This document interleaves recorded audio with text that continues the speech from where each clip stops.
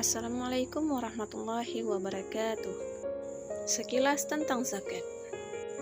Zakat merupakan perintah dari Allah Subhanahu wa taala yang tertera pada rukun Islam yang keempat. Perintah mengeluarkan zakat dalam Islam itu melalui 3 fase. Fase pertama yaitu perintah zakat telah ada dari semenjak masa Rasulullah SAW ketika berada di Mekah. Fase kedua, zakat fitrah atau zakat memberi makan yang diperintahkan pada tahun kedua Hijriah setelah perintah puasa. Hal ini berdasarkan pada hadis. Rasulullah Shallallahu Alaihi Wasallam memerintahkan kepada kami untuk mengeluarkan sedekahul fitr atau zakat fitrah sebelum perintah zakat atau zakat harta. Hadis riwayat Nasa'i. Fase ketiga, perintah zakat harta sebagai penambah zakat fitrah yang telah diperintahkan sebelumnya. Ibnu Katsir menjelaskan hal ini pada tafsir surah Al-An'am ayat 141 yang berarti, dan berikanlah haknya pada hari ketika panennya.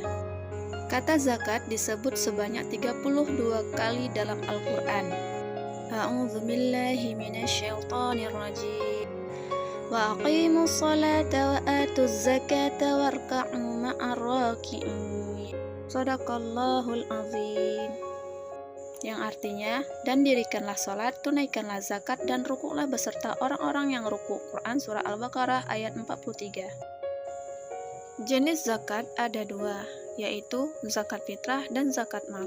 Zakat fitrah adalah zakat yang wajib dikeluarkan muslim menjelang Idul Fitri pada bulan suci Ramadan. Besar zakat ini setara dengan 3,5 liter atau 2, kg makanan pokok yang ada di daerah bersangkutan seperti beras, gandum, dan sejenisnya. Zakat mal adalah zakat harta yang wajib dikeluarkan seorang muslim sesuai dengan nisab dan haulnya. Waktu pengeluaran zakat jenis ini tidak dibatasi. Zakat jenis ini yang akhirnya melahirkan banyak jenis zakat diantaranya: zakat penghasilan, perniagaan, pertanian, pertambangan, hasil laut, hasil ternak, harta pertemuan, obligasi, tabungan, emas dan perak, dan lain-lainnya. Nah, ini dia periode, nisab, dan kadar zakat, harta modal atau simpanan. Ini adalah tabel periode, nisab, atau kadar zakat mal. Silahkan dilihat ya teman-teman, perhatikan. Hikmah berzakat: 1. Terpenuhinya kewajiban beribadah kepada Allah. 2. Menyucikan jiwa muslim. 3. Membantu duafa walaupun dengan jumlah yang sedikit. 4. Mendorong kasih sayang sesama. 5. Membudayakan saling memberi.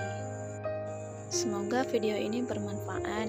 Jazakumullah khairan katsiran. Wassalamualaikum warahmatullahi wabarakatuh.